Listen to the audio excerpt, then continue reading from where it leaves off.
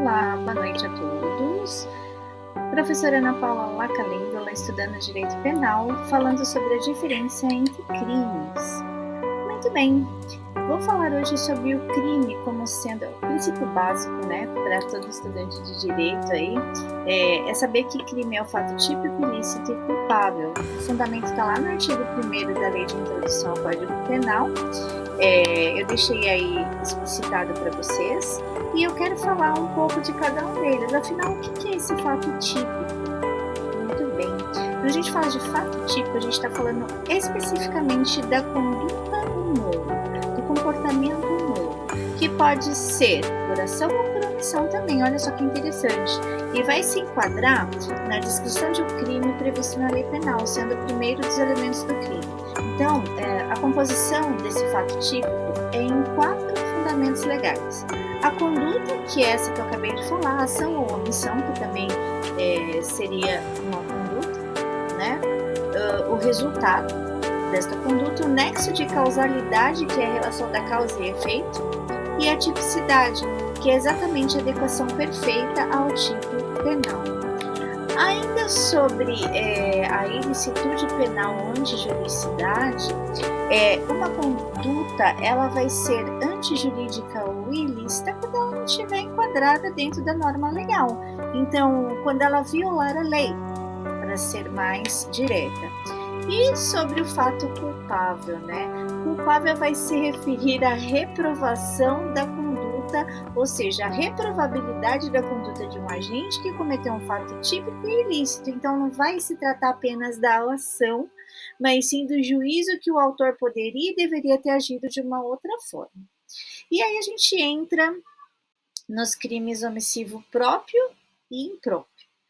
Bom, quando eu falo de crime omissivo próprio, eu estou falando daquele em que o agente ele vai violar o que está escrito no tipo penal por meio de uma conduta omissiva, prestem bem atenção, omissão, omissivo, né? Deixou de fazer algo expressamente previsto na norma como sendo proibido, ou seja, vai ter uma previsão legal que vai expressamente falar sobre a punição para o não fazer. Por exemplo, o crime de omissão de socorro, que está previsto lá no artigo 135 do Código Penal, que também vai ser consumado pela simples ausência de socorro, tá? A gente vai pegar eu vou pegar um exemplo assim bem aleatório que aconteceu recentemente daquela moça que foi arrastada aí por 1 quilômetro. Isso aconteceu em São Paulo, tá, gente? Para quem não é de São Paulo.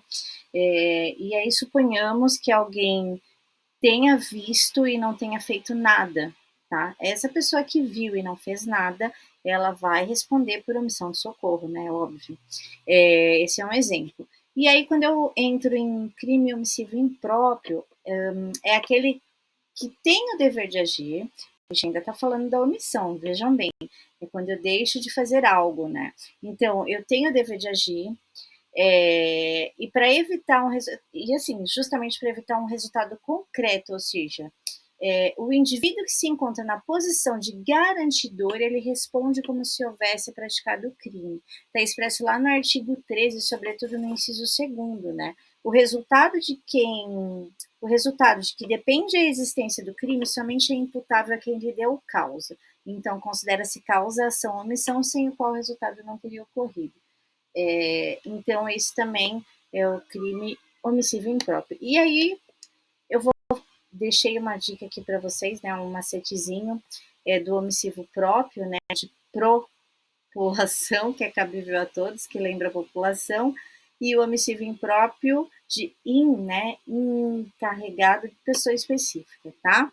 E eu quero fazer uma questão do exame da ordem, e vamos ver aí o que a gente tem para vocês, para nós, né, estudarmos juntos. Então, olha só a situação. Isadora, mãe da adolescente Larissa, de 12 anos de idade, ela saiu um pouco mais cedo do trabalho e quando ela chegou em casa, lá da sua janela, ela viu o companheiro, Frederico, mantendo relações sexuais com a sua filha no sofá. Chocada com a cena, não teve qualquer reação. Não tendo sido vista por ambos, Isadora decidiu a partir de então chegar à sua residência naquele mesmo horário e verificou que o fato se repetia por semanas. Isadora tinha efetiva ciência dos abusos perpetrados por Frederico. porém muito apaixonada por ele, nada o fez. Assim, Isadora, sabendo dos abusos cometidos por seu companheiro contra sua filha, deixa de agir para impedi-los. Nesse caso, é correto afirmar que o crime cometido por Isadora é: letra A, omissivo próprio; letra B, omissivo impróprio; letra C, comissivo; ou letra D, omissivo por comissão. Bom, ainda choca ouvir esse tipo de situação, mas infelizmente é algo bastante corriqueiro no mundo jurídico, tá, gente? Então, o omissivo próprio, assim como o omissivo impróprio, são dois crimes por omissão, ou seja, eu deixo de prestar socorro, tá? Comissivo é a ação por si só, ok? Só para deixar claro aí as outras situações. Bom, quando eu falo de omissivo próprio, eu deixo de agir numa situação. O omissivo impróprio é aquele tipo de crime que eu deixo de agir na situação, mas eu sei que aquilo está acontecendo. E aí eu vou responder como se eu tivesse cometido o crime. Então, nesse caso, é a letra B, omissivo impróprio. Tá? Esse é um caso típico. Eu vi o que estava ocorrendo, eu vi o crime acontecendo, né? E ainda tem o agravante de ser um filho e menor ainda, né? Então eu vi o que estava acontecendo e por uma questão pessoalíssima minha, né? Por um amor assim excessivo, desamor, sei lá, não sei nem o que dizer disso, eu não denuncio. Então, por isso é omissivo impróprio, ok? Muito bem, queridos, espero ter ajudado com mais essa super dica.